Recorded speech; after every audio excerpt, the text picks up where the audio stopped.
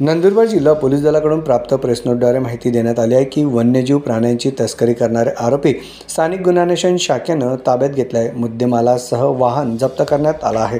यात भाजीपाला कॅरेटच्या आड जिवंत वन्यजीव प्राणी व पक्ष्यांची तस्करी होत असून 3 आरोपी अटकेत घेण्यात आले आहे।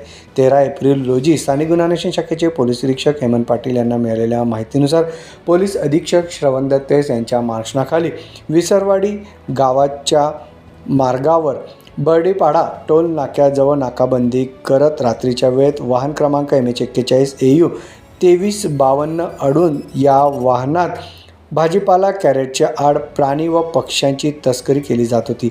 सदर वाहनातून शहाजाद अहमद अतिक अहमद वय 47 वर्ष राहणार मालेगाव, मोमीन मोहम्मद मोईन समसूल वय 32 वर्ष राहणार मालेगाव आणि शेख सोहेल शेख अफजल कुरेशी वय 24 वर्ष राहणार मालेगाव अशा तिघांना ताब्यात घेण्यात आले आहे।